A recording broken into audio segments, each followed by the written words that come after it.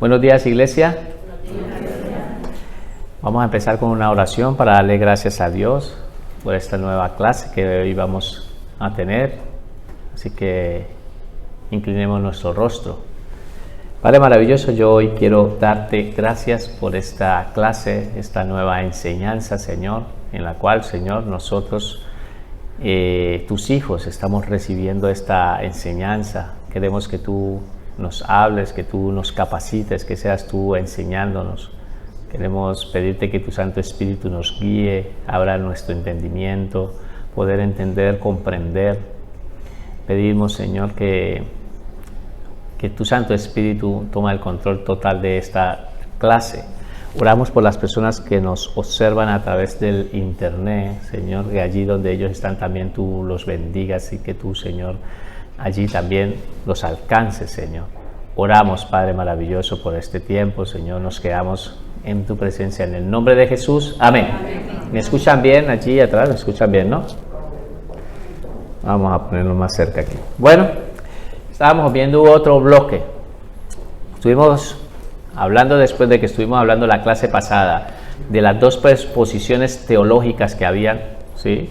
¿Les quedó claro eso de las posiciones teológicas que yo les había quedado? ¿Quedó claro o quedó alguna duda con respecto a eso? Porque veo que en las posiciones teológicas pues expusimos dos posiciones y las explicamos. Pero sí es bueno que ustedes sigan indagando, sigan investigando y sigan mirando a través de las escrituras, comentaristas bíblicos, porque Dios, el Espíritu Santo, les va a seguir revelando y les va a seguir mostrando, ¿vale? Por lo tanto, entramos en otro bloque que era los ángeles y el pueblo de Dios. Vamos a empezar a estar estudiando lo que los ángeles estaban haciendo.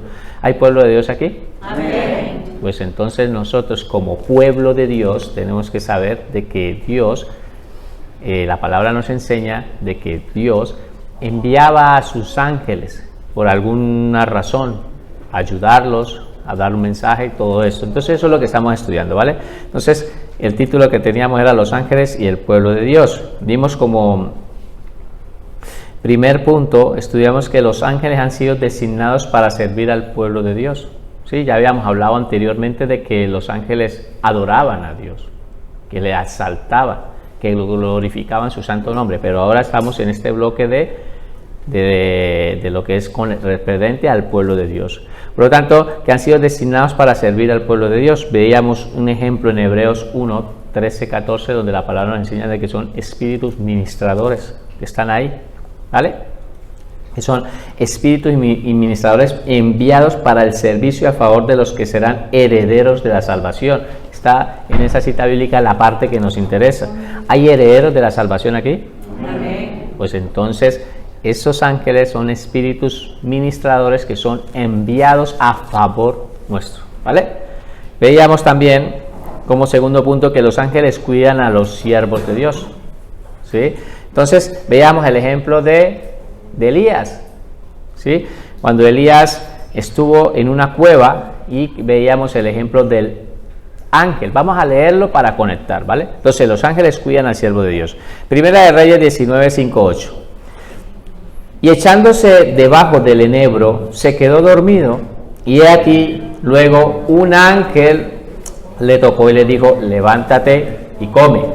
Entonces él miró, y he aquí, a su cabecera una torta cocida sobre las ascuas, y una vasija de agua, y comió y bebió, y volvió a dormirse. Y volviéndose el ángel de Jehová la segunda vez le tocó diciendo, levántate y come, porque largo camino te resta. Se levantó pues y comió y bebió, y fortalecido con aquella comida caminó 40 días y 40 noches, hasta Horeb, el monte de Dios. Vemos que la palabra nos enseña de que el ángel le preparó comida, lo estuvo cuidando, lo estuvo protegiendo, le dio hasta una comida, que esa comida que comió Elías le ha servido para aguantar 40 días, que era el camino que le restaba para ir al monte de Horeb. ¿Y quién estaba en el monte de Horeb? Dios estaba allí. Él quería ir buscando a Dios. Estaba como angustiado y preocupado porque Jezabel había matado a los profetas.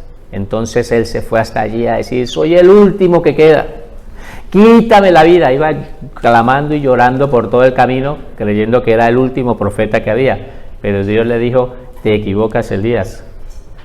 Yo tengo a 7,000 hombres, un remanente, porque Dios siempre tiene un remanente, que no han doblado rodilla sobre Baal. Entonces vemos que la palabra nos enseña, y como el punto que nos está interesando es que los ángeles cuidan, y estuvo al cuidado, estuvo al protección, el cuidado de Elías, y le preparó una comida, ¿vale? Ahí quedamos, ¿no? Empezamos con el tercer punto. Los ángeles protegen a los siervos de Dios. Los ángeles protegen a los siervos de Dios. ¿Ustedes creen que los ángeles nos protegen? Seguramente algunos han tenido alguna experiencia de protecciones divinas y no lo sabemos ni nos hemos dado cuenta, pero los ángeles nos han protegido durante el transcurso de nuestra vida cristiana en muchas ocasiones. Salmo 91, 9, 12 dice la palabra, lo vamos a leer todos. Porque has puesto a Jehová, que es mi esperanza, al Altísimo por tu habitación, no te sobrevendrá mal, ni plaga tocará tu morada. Mira aquí lo que dice, lo que nos interesa. Pues a sus ángeles mandará acerca de ti, ¿para que te guarden en todos tus caminos? En las manos te llevarán para que tu pie no tropiece en piedra. Entonces la palabra nos enseña de que Dios en el Salmo 91 pues nos da una promesa de que enviará ángeles para que nos guarden, nos mandará para que nos guarden y para que no tropecemos en nuestros caminos, ¿sí? La palabra nos enseña de que los ángeles, entonces el punto que estamos tratando es de que los ángeles nos protegen. Pero ustedes tienen que saber que el contexto del Salmo 91 empieza diciendo, ¿cómo es? Dice, el que habita, paremos ahí. ¿Hay alguien que habita aquí en el abrigo del Altísimo? Porque hay personas que tienen como costumbre coger este Salmo 91 y lo ponen en las Biblias abiertas ahí en sus casas, creyendo de que es que ahí el Salmo 91 le va a hacer ese efecto de lo que dice el Salmo 91. O hay personas como un amuleto, unas personas creen que de pronto que no son creyentes, no habitan en el abrigo del Altísimo y sencillamente dice, no, la palabra dice de que a sus ángeles enviará, sí, pero si habitas. Si no habitas, pues entonces no espere que esta bendición te alcance. Entonces es bueno, importante entender que el contexto del Salmo 91 nos enviará ángeles, pero a los que habitamos, ¿hay alguien que habita en el abrigo del Altísimo aquí? Pues nosotros, ¿vale? Vamos a ver otro ejemplo, no solo este que dice en el Salmo 91, sino veremos otro ejemplo de en Segunda de Reyes 6, 15, 17, apunten la cita bíblica y lo vamos a leer todos. 1, 2, 3. Y se levantó de mañana y salió el que servía al varón de Dios. Y he aquí el ejército que tenía sitiada la ciudad, con gente a caballo y carros. Entonces su criado le dijo, ¡ah, Señor mío! ¿Qué haremos? Y le dijo, no tengas miedo, porque más son los que están con nosotros que los que están con ellos.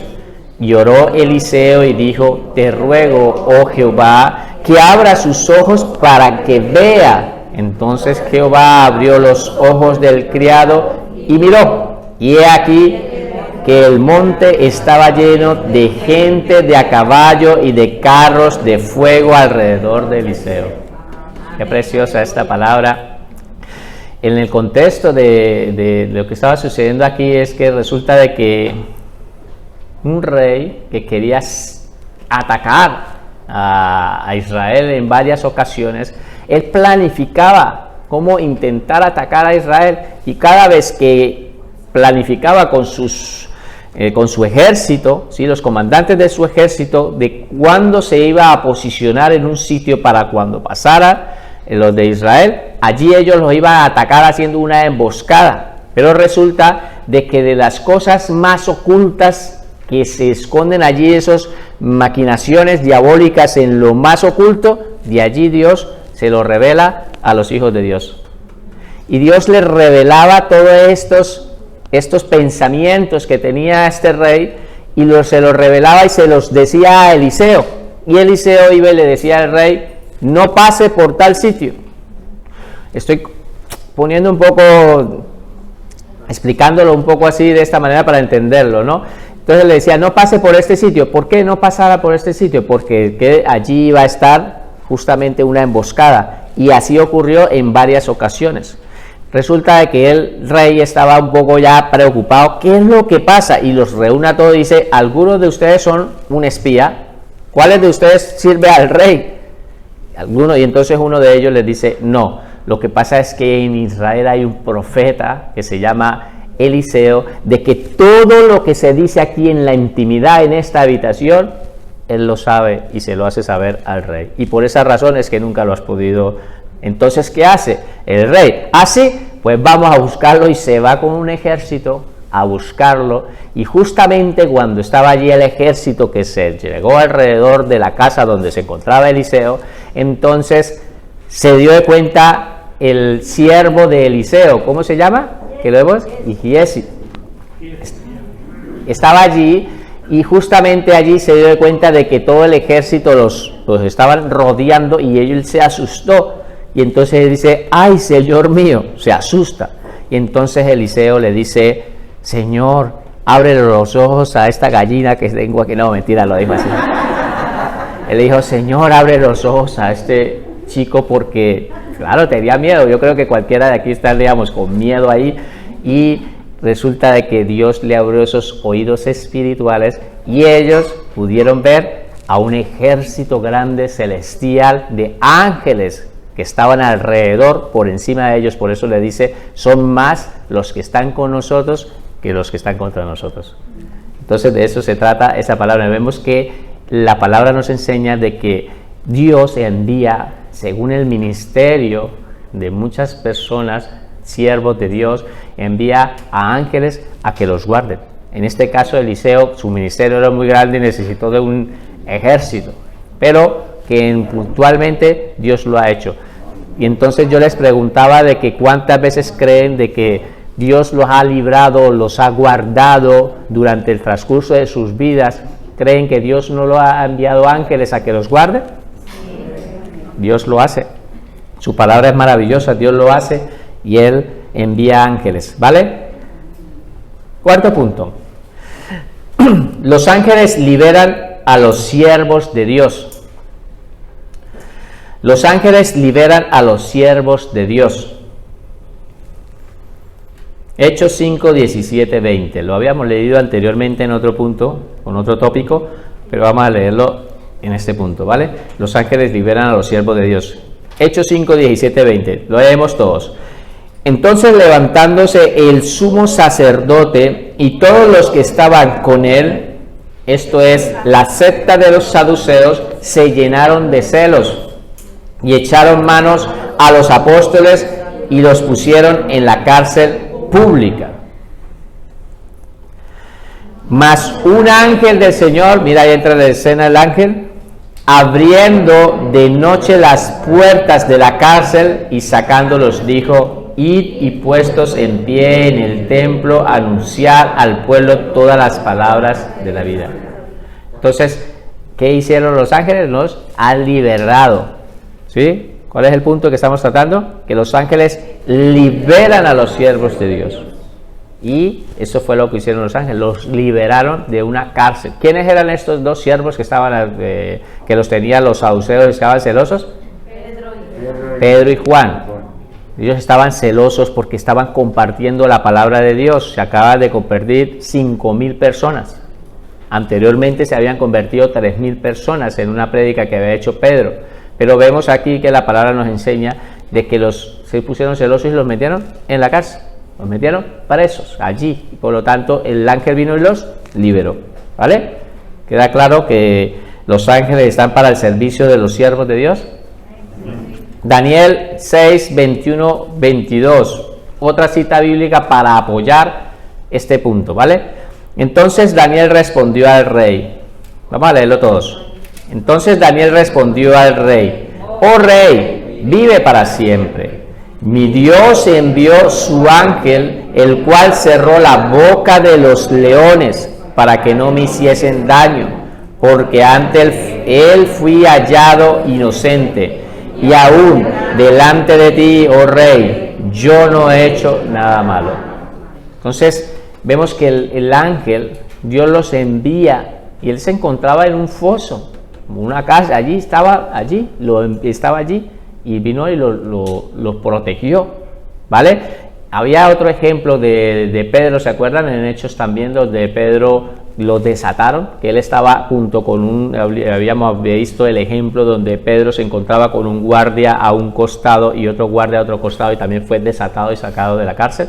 Hay muchos ejemplos, yo solamente traigo algunos puntos de la palabra de Dios, pero hay más ejemplos donde ustedes tienen que seguir como estudiosos de Dios. ¿Hay estudiosos de Dios aquí? Amén. Siguen indagando, siguen investigando y apoyan y fortalecen más estos puntos para que ustedes les quede claro en su mente, ¿no? Entonces vemos cómo Dios envía a los ángeles para el servicio de los siervos de Dios. Quinto punto, los ángeles animan a los siervos de Dios a seguir adelante. Los ángeles animan a los siervos de Dios a seguir adelante. ¿Cuántos creen que necesitamos ánimo también cada vez? Dios envía a personas que te digan, ánimo, sigue adelante, sigue con tu obra. Hechos 27, 21, 25, vamos a ver qué nos enseña la palabra con este punto de que animan a los siervos de Dios. Hechos 27, 21, 25, lo vamos a leer todos. Entonces Pablo, como hacía ya mucho que no comíamos, puesto en pie en medio de ellos, dijo: habría sido por cierto conveniente, oh varones, haberme oído, y no zarpar de Creta, tan solo para recibir este perjuicio y pérdida. Pero ahora os exhorto a tener buen ánimo, pues no habrá ninguna pérdida de vida entre vosotros, sino solamente de la nave. Porque esta noche ha estado conmigo, ¿quién? El ángel de Dios, en quien soy y a quien sirvo, diciendo: Pablo, no temas, es necesario de que compadezcas ante el César, y he aquí, Dios te ha concedido a todos los que navegan contigo. Por tanto, oh varones, tened buen ánimo, porque yo confío en Dios, que será así como Él me ha dicho. Vamos a empezar a estudiar este versículo, como dice ahí. ¿Qué está aconteciendo aquí? Estamos aconteciendo del viaje, el cuarto viaje de Pablo cuando iba en dirección hacia Roma, en calidad de preso. Él había hecho 3 viajes misioneros, primer viaje, segundo viaje, tercer viaje, pero este cuarto viaje ya no iba en cuestión de misionero, sino iba en calidad de preso. A él lo llevaban preso para Roma. Y aconteció de que las aguas, ¿sí?, empezó a levantarse una tormenta, y Pablo le había dicho a la persona encargada de todos los que llevaban allí este batallón, de los que llevaban ahí en la nave, les dijo de que no zarparan, que no lo hicieran, pero como era un preso, pues no le hicieron caso. Sencillamente ellos zarparon, y en el transcurso del camino ya llevaban días naufragando a la deriva, y estaban asustados, estaban preocupados, estaban todos angustiados por todo lo que estaba sucediendo. Inclusive habían empezado a tirar cosas de peso que habían en el barco, y la empezaron a tirar, y ellos todos estaban con hambre, estaban allí fatal, llevaban una situación. Pablo, cuando le empieza a decir estas palabras, él ya había recibido ánimo, porque dice la palabra, él les empieza en el 22 a decir que les exhorta a tener un buen ánimo. Él, para poderles dar buen ánimo, él ya había recibido un buen ánimo. Dice: pues no habrá ninguna pérdida de ninguna de vosotros, sino solamente de la nave. Entonces él ya sabía que la nave iba a perderse, pero que todos los que estaban allí, tanto presos como soldados, iban a estar vivos. ¿Por qué? Porque Dios se lo había dicho. Entonces él dice: porque esta noche ha estado conmigo el ángel de Dios, en quien soy y a quien sirvo. Entonces le dio ánimo. Este ángel vino a darle ánimo, diciendo: Pablo, no temas. Mire, ahí le está diciendo: no temas, recobra el ánimo, ten ánimo, no temas. Luego le dice: es necesario que compadezca ante el César. Era por una palabra que tenía que ir a estar allí ante el César, Pablo predicando allí en Roma. y aquí Dios te ha concedido a todos los que navegan contigo. Significa que todas esas personas pues no iban a morir, es más, se iban a ser salvas. Dios te lo ha concedido. Esas personas más adelante, si ustedes estudian en la isla donde estuvo, pues allí estuvieron una temporada viviendo por medio de los milagros que hacía Pablo y lo que sucedía, pues muchas personas que reconocieron al Señor Jesucristo. Y dice que Dios se los ha dado, se los ha concedido a Pablo, ¿vale? Y después dice, por tanto, varano, tened buen ánimo. Entonces Él los anima, porque yo confío en Dios. ¿Hay alguien que confía en Dios aquí? Yo confío en Dios, que será así como me ha dicho. Entonces vemos que la palabra nos enseña de que los ángeles vienen a darle ánimo, ¿vale? ¿Queda claro este punto? Sexto, los ángeles traen revelación a los hombres de parte de Dios. Los ángeles traen revelación a los hombres de parte de Dios. Lucas 1, 11, 13. Lucas 1, del 11 a 13. Vamos a leer todos. Y se le apareció un ángel del Señor puesto en pie a la derecha del altar del incienso. Y se turbó Zacarías al verle y le sobrecogió temor. Pero el ángel le dijo, Zacarías, no temas, porque tu oración ha sido oída, y tu mujer Elizabeth te dará a luz un hijo y llamará su nombre Juan. Vemos aquí de que este ángel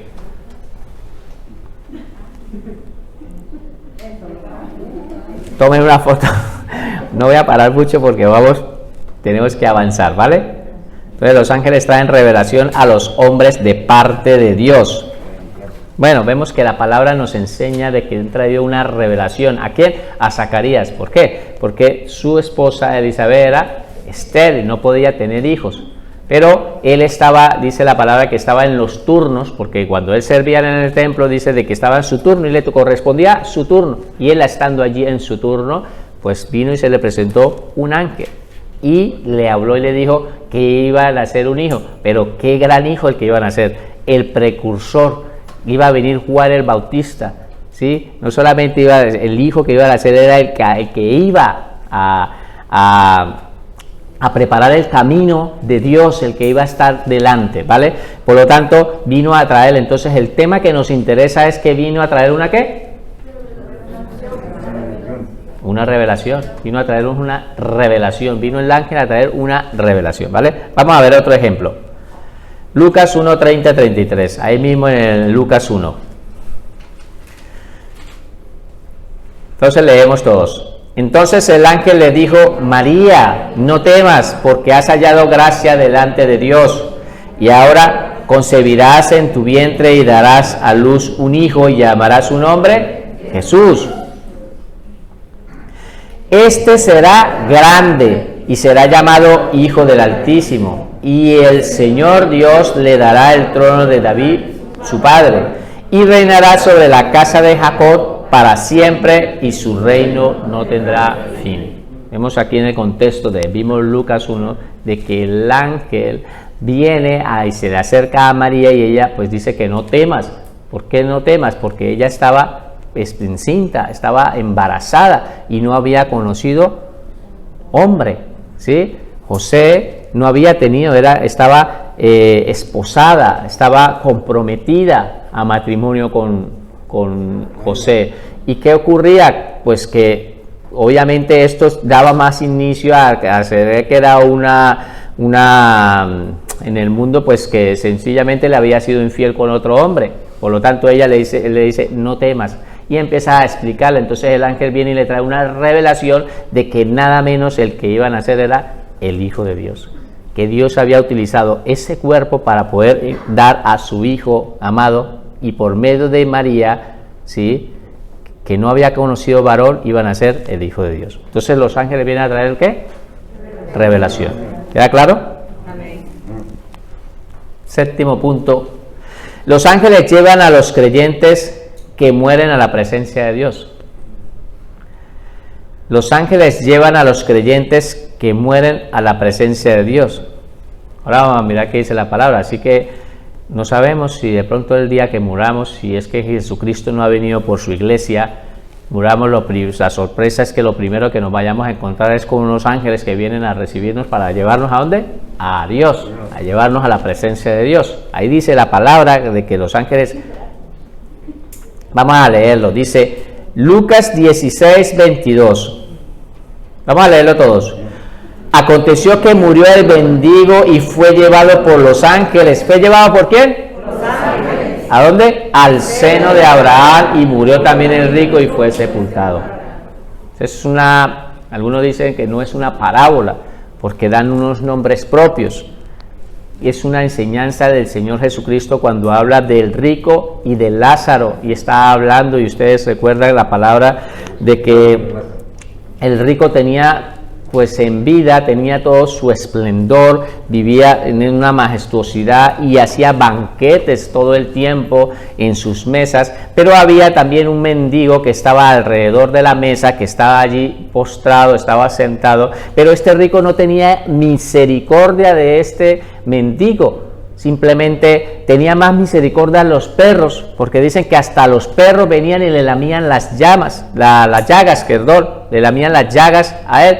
Pero este rico no tenía ninguna misericordia. Vemos, la palabra nos enseña de que los dos mueren, y uno que es llevado al seno de Abraham representa al paraíso, representa así como el Señor Jesucristo le dice ¿se acuerda que él estaba con dos personas cuando estaba muriendo? Estaban aquí a la derecha y a la izquierda, había un hombre, y a uno le dijo que hoy estarás conmigo en el paraíso. Allí en esa representación que estará en el seno de Abraham, representa allí en el paraíso, pero que también había muerto este rico y que había sido sepultado, y él se fue allí al Hades, y desde allí tenía conciencia. No les voy a explicar más porque quiero que ustedes, pues todos estos textos los sigan leyendo en casa, pero lo que nos interesa de este versículo es de que cuando murió el mendigo, ¿qué pasó? ¿Vinieron quiénes? Ángeles. ¿Y fueron qué? Y los llevaron al seno de Abraham. ¿Vale? Queda claro que la palabra de los ángeles, entonces hay una sorpresa, de pronto uno muere, lo primero que nos vamos a encontrar son los ángeles ahí que nos están llevando. Ahora la pregunta, ¿y por qué cree que Dios envía a sus ángeles a que nos lleven por el camino para ir al tercer cielo?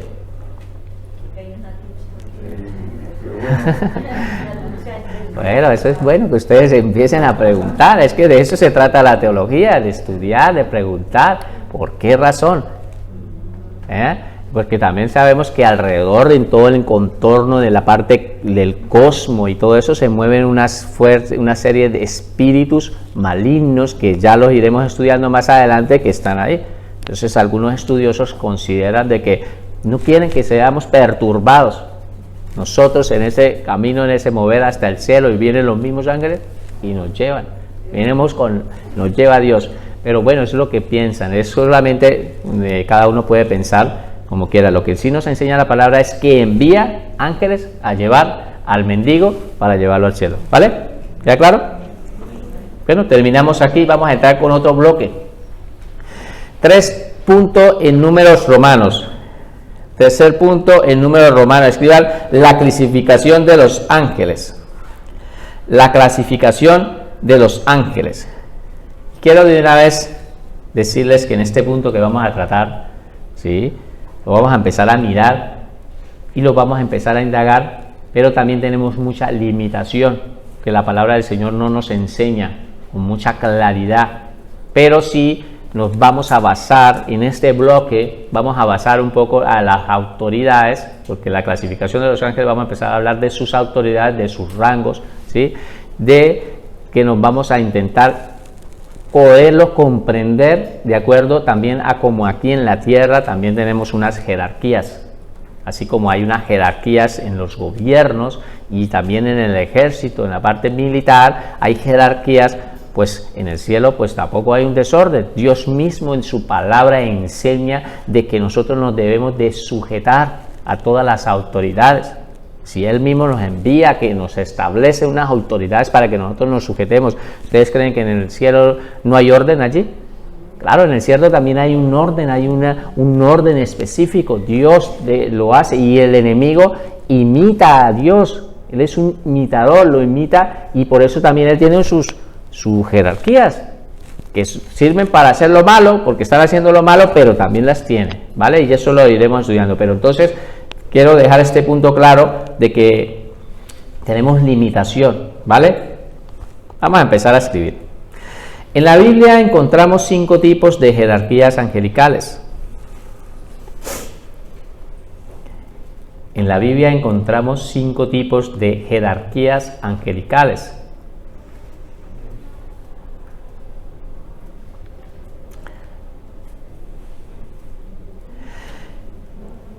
La Biblia no aclara cuál es la función de cada una de ellas, punto aparte. Punto aparte, la Biblia no aclara cuál es la función de cada una de ellas. La Biblia no aclara cuál es la función de cada una de ellas.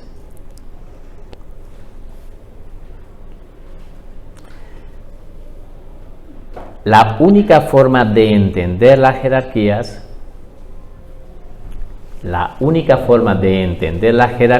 angelicales,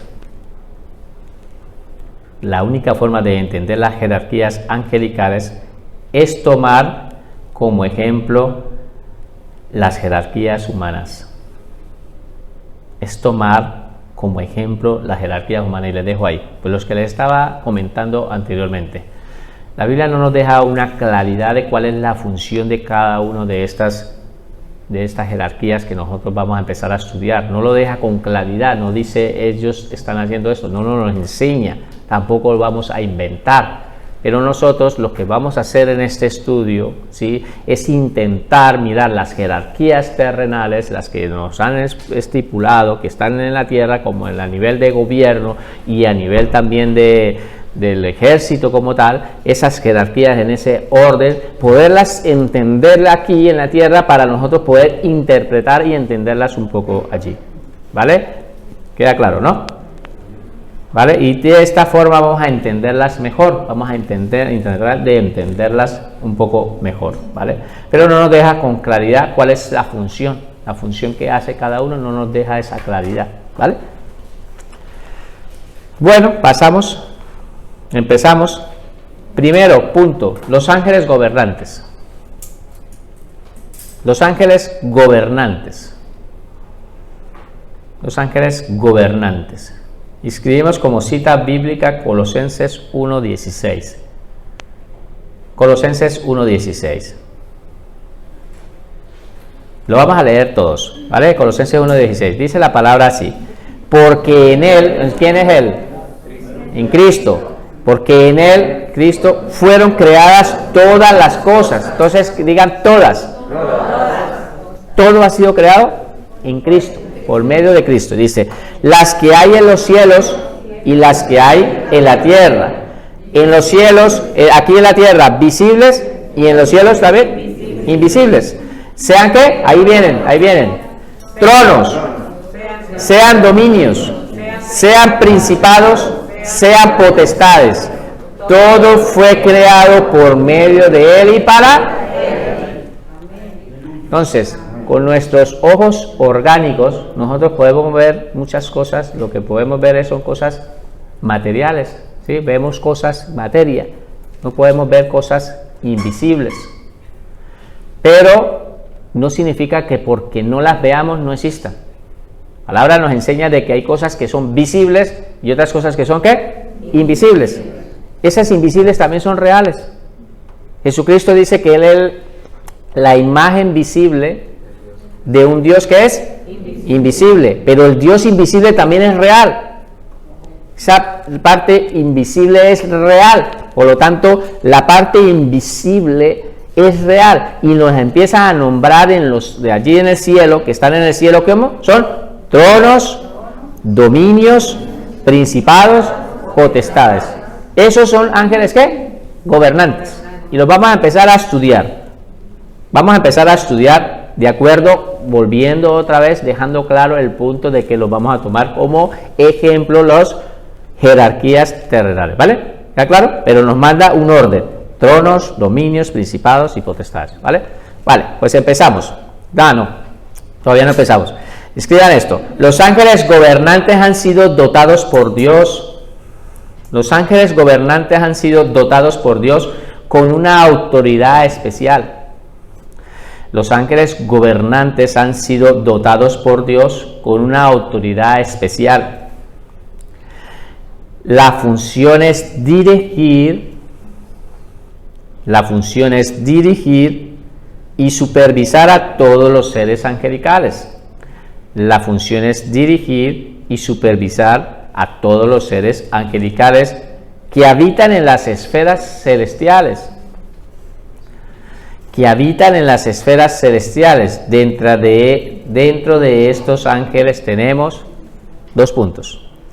Dentro de estos ángeles tenemos dos puntos. ¿Vale? Por lo tanto, lo que le estaba diciendo de que los ángeles gobernantes han sido, Dios los ha dotado a esos ángeles para que ellos tengan una autoridad. Cada uno va a tener una autoridad sobre otra. Va teniendo esa autoridad. De la misma manera ocurre aquí en la tierra. ¿Sí? El presidente de aquí o el rey tiene una autoridad con respecto al presidente y el presidente a los diputados así sucesivamente bajando hasta llegar a los que gobiernan un centro cívico de esto, o sea, funcionarios, pero sucesivamente hay una jerarquía y en el ejército también funciona de la misma manera, hay una jerarquía. Entonces nosotros también creemos de que Dios ha puesto a estos ángeles gobernantes y les ha dado esa autoridad. ¿Quién es la autoridad máxima? Dios. Él es la autoridad máxima, pero Él tiene alrededor pues esos ángeles que gobiernan en el cielo y los tienen para que gobiernen sobre otra clase de ángeles. ¿Queda claro lo que queremos tratar de explicarles? Vale. Pasamos. Primero, los tronos. Vamos a hablar de estos tronos. Estos ángeles, como su nombre lo indican, están sentados sobre tronos. Y vemos que no hay uno, sino hay varios. Habla tronos. ¿Sí? Estos ángeles, como su nombre lo indica, están sentados sobre tronos de autoridad. Estos ángeles, como su nombre lo indican, están sentados sobre tronos de autoridad. Punto seguido.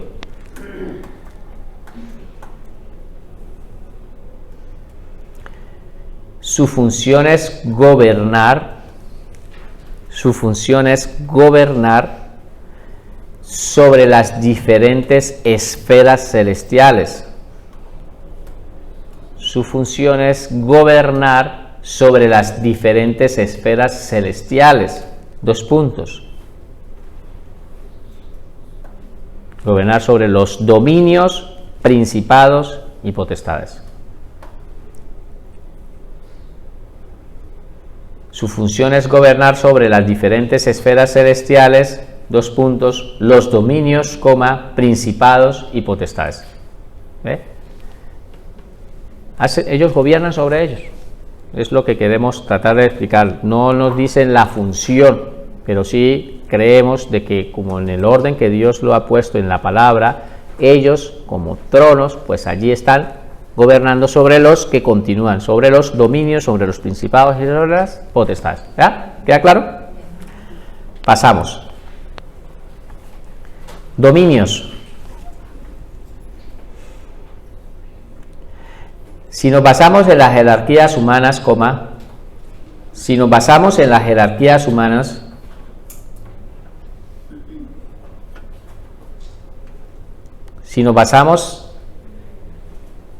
jerarquías humanas, estos ángeles deben de dirigir grandes agrupaciones. Estos ángeles deben de dirigir grandes agrupaciones de otros ángeles. Estos ángeles deben de dirigir grandes agrupaciones de otros ángeles.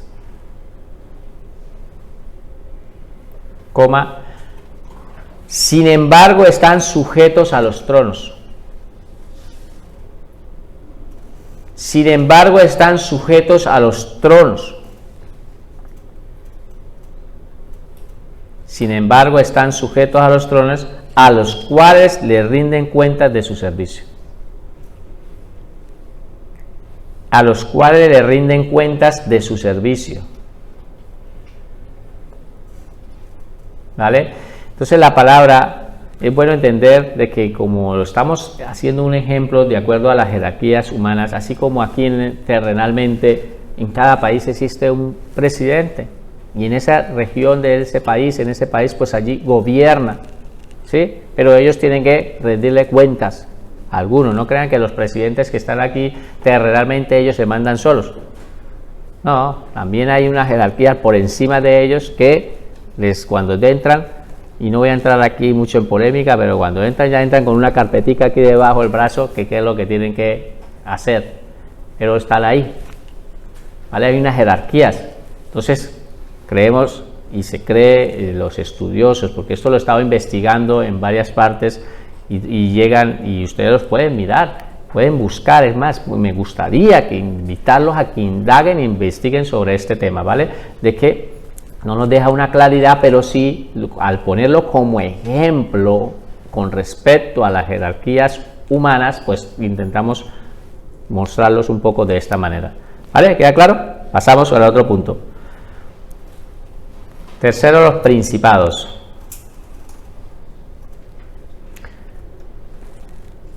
Los principados. Los principados son ángeles de un rango inferior a los tronos y dominios. Los principales son ángeles de un rango inferior a los tronos y dominios. No significa de que porque sean inferiores no tengan un gran poder. Sí, tienen un poder grande.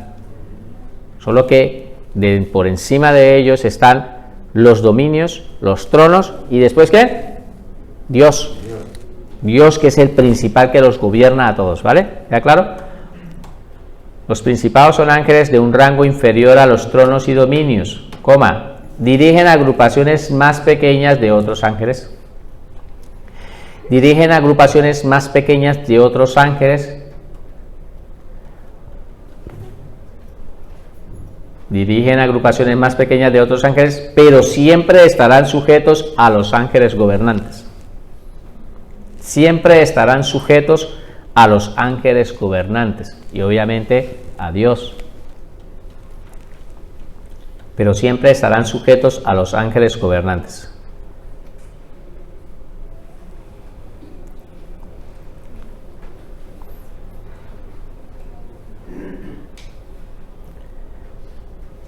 Pero siempre estarán sujetos a los ángeles gobernantes. ¿Vale? Pasamos lámina. Cuarto, las potestades. Cuarto, las potestades. Si ustedes le ponen lógica a este punto anterior, vimos que el primer punto que veíamos era tronos, que se sientan en el trono, y esto que son príncipes. Principados son príncipes. Pues entre un rey y un príncipe, ¿quién tiene una mayor jerarquía? Pues el rey, antes que el príncipe. ¿Ve? Por esa razón lleva ese orden. Las potestades. Cuarto punto, las potestades. Son agrupaciones de ángeles de bajo rango. Son agrupaciones de ángeles de bajo rango.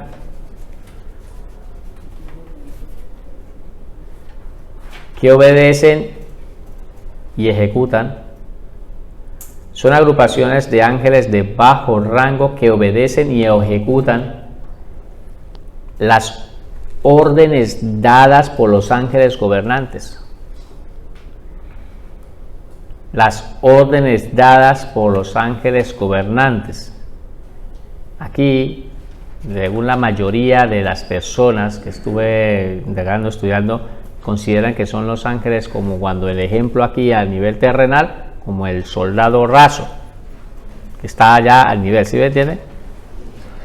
Pero no significa que sean, que estén menospreciados ni nada. Cuando digo bajo rango es como para tener un ejemplo de que son de un rango y ellos están sujetos a los anteriores que estuvimos estudiando, a los principados, ¿sí?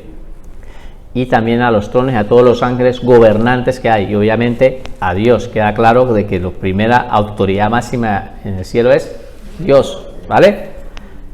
Esta parte, vuelvo y les dije que era un poco sacándolo como ejemplo un poco para la parte de aquí de mirándolo como ejemplo a las jerarquías humanas. vamos a entrar en otro punto que se llaman los ángeles de alto rango. Segundo punto, el número romanos, los ángeles de alto rango. Los ángeles de alto rango. Y escriban por favor, los querubines y serafines. Los querubines y serafines son llamados ángeles exaltados. Los querubines y serafines son llamados ángeles exaltados o ángeles de alto rango. O ángeles de alto rango.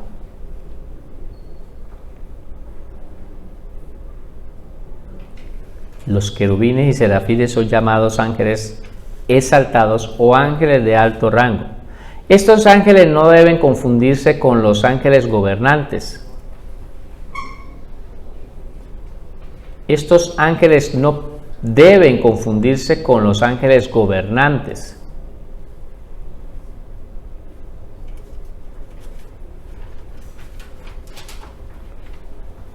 Pues su ministerio está relacionado directamente con el trono de Dios. Pues su ministerio está relacionado directamente con el trono de Dios. Y ahí les dejo para que descanse de la mano y explicarles. Vale, vamos a hablar un poquito de esto, ahorita vamos a ir un poco. Entonces vemos aquí que entramos a otro grupo de ángeles de alto rango, también son conocidos como ángeles que son exaltados. La Biblia nos enseña de que ellos están donde está la presencia de Dios, allí donde está Dios en esa majestuosidad, pues ellos están ahí. Estos ángeles son conocidos como ángeles de alto rango o ángeles que son exaltados, ¿vale? ¿Quiénes son? Los querubines y los serafines, ¿vale? Todos estos ángeles no deben confundirse con los ángeles gobernantes, pues su ministerio está relacionado directamente con el trono de Dios, ¿vale? Continuamos.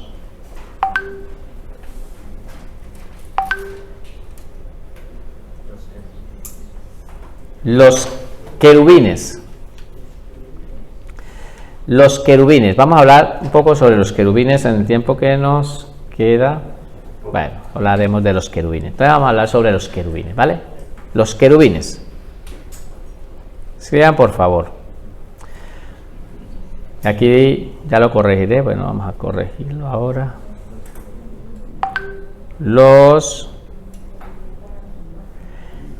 Vale.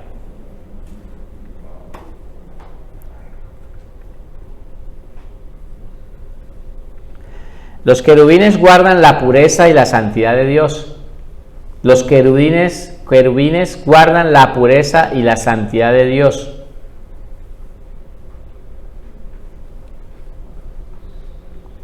Los querubines guardan la pureza y la santidad de Dios, impidiendo que nada contaminado se acerque al Creador.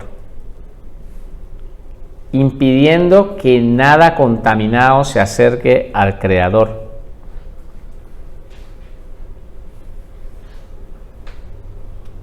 Los querubines guardan la pureza y la santidad de Dios, impidiendo que nada contaminado se acerque al Creador. Génesis 3, 22, 24. Génesis 3, 22, 24. Vamos a leerlo y así vamos a entender mejor la palabra. Y dijo Jehová Dios: he aquí, el hombre es como uno de nosotros, sabiendo el bien y el mal. Ahora pues, que no alargue su mano y tome también del árbol de la vida y coma y viva para siempre. Y lo sacó Jehová del huerto del Edén para que labrase la tierra de que fue tomado. Echó pues fuera al hombre y puso al oriente del huerto del Edén, ¿qué? Querubines y una espada encendida que se revolvía por todos lados para guardar el camino del ¿qué? Del árbol de la vida. Vamos a hablar un poquito sobre este tema. En muchos pasajes de la Biblia ustedes van a encontrar a los querubines actuando, inclusive también en el arca.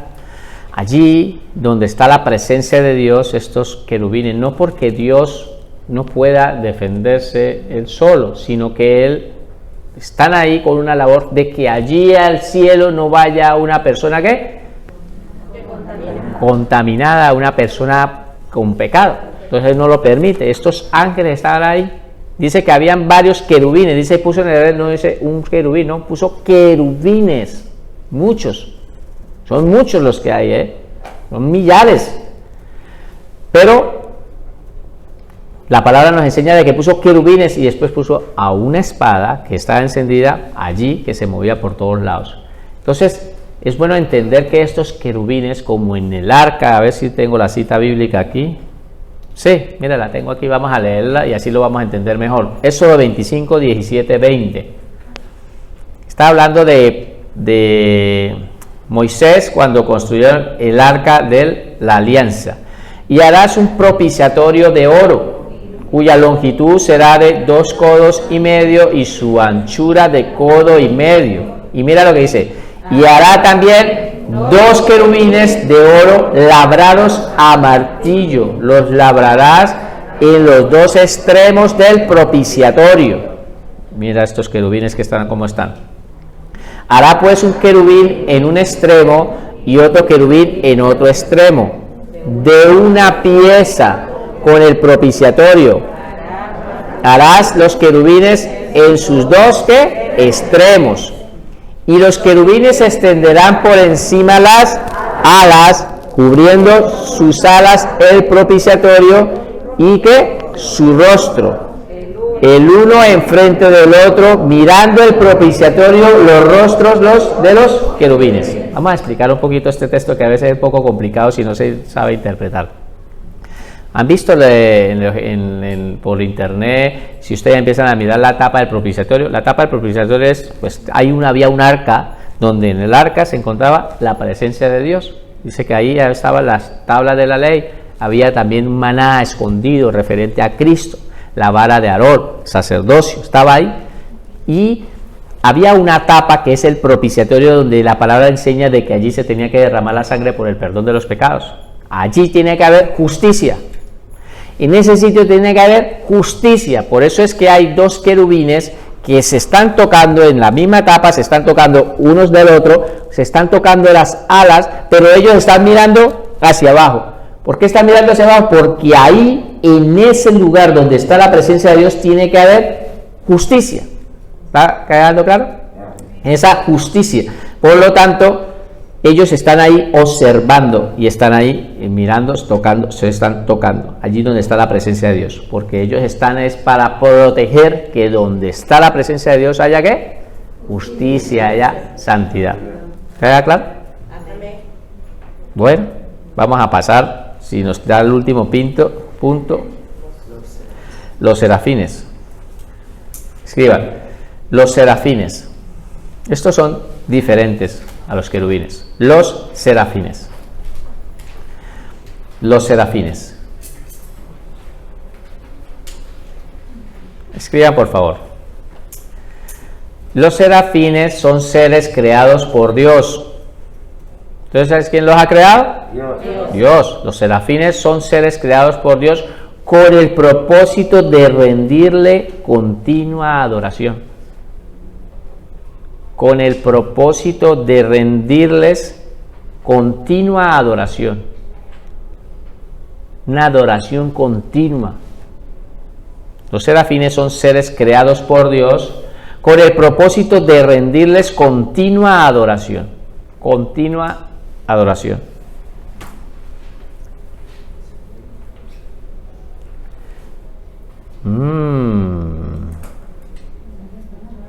Esto es Apocalipsis, ¿vale? A ver, ¿lo pueden buscar alguien? Apocalipsis. No, este es Isaías 6. ¿Me lo puede ir buscando alguien? Isaías 6. Isaías 6, ¿la acuerda que lo estuvimos estudiando? De ella, el 4, 6, a partir del 4 y del 5. Lo vamos a leer. hasta el 11. Y los quiciales de la puerta se estremecieron con la voz del que clamaba, y la casa se llenó de humo. Mira aquí lo que dice: entonces dije, ay de mí que soy muerto, porque siendo un hombre inmundo de labios y habitando en medio del pueblo que tiene labios inmundos, han visto mis ojos al Rey Jehová de los ejércitos. Vamos a leerlo todos. Y volvió hacia mí uno de los ¿qué? Serafines, teniendo en su mano un carbón encendido tomado del altar con unas tenazas, y tocando con él sobre mi boca, dijo: he aquí, esto toco tus labios, y es quitada tu culpa y limpio tu pecado. Pero mira aquí. Bueno, vemos aquí, ahora vamos a leer este punto de aquí, pero vemos en el punto anterior de Isaías 6 de que los serafines estaban allí en la presencia de Dios. Él, cuando Isaías vio allí en el tercer cielo estos serafines. Aquí nos van a hablar más sobre los serafines en Apocalipsis, pero vemos que los serafines estaban allí y le trajo un carbón y le tocó los labios al profeta. Y después, más adelante, si ustedes lo leen ahí, es un versículo muy precioso cuando dice la palabra de que a quién enviaremos. Y Isaías dice: he aquí, envíame a mí. Ustedes lo pueden seguir leyendo el contexto en casa, pero vemos aquí el ejemplo de que estos serafines, entonces la palabra ya nos empieza a hablar con nombres y que estaban haciendo alguna función, estaban haciendo algo, ¿ves? Ahí ya podemos interpretar más de la palabra de estos ángeles de alto rango, ¿sí? Ahora, Apocalipsis 4, 1, 11, lo vamos a leer todos. Después de esto miré, y aquí una puerta abierta en el cielo. ¿Quién está hablando aquí? Juan, ¿vale? Él recibió esta revelación del Apocalipsis. He aquí una puerta abierta en el cielo, y la primera voz que oí como de trompeta hablando conmigo dijo: sube acá. ¿Estaba él en dónde? En la tierra. Y después, cuando le dijeron sube acá, mira el arrebatamiento, se lo llevaron para el cielo de una vez. Y yo te mostraré las cosas que sucederán después de estas. O sea, lo que está en el escrito en el Apocalipsis, eventos a porvenir, ¿vale? Al instante yo estaba en el Espíritu. ¿Dónde? Allí en el cielo. Entonces traspasó tierra. Cuando le dijo sube acá, ya estaba allí en el tercer cielo. Al instante yo estaba en el Espíritu, y aquí que un trono establecido en el cielo, y en el trono uno sentado. ¿Quién estaba sentado allí en el trono? Dios. Y el aspecto del que estaba sentado era semejante a piedra de jaspe y de cordolina, y había alrededor del trono un arco iris semejante a un aspecto a las esmeraldas. Qué precioso toda esta visión que ha tenido Juan. Y alrededor del trono había ¿qué? 24 tronos, y vi sentado en los tronos a 24 ancianos, vestidos de ropas blancas con coronas de oro en sus cabezas. Y del trono salían relámpagos, truenos y voces, y delante del trono ardían ¿qué? 7 lámparas de fuego, las cuales son los 7 espíritus de Dios. Mira aquí.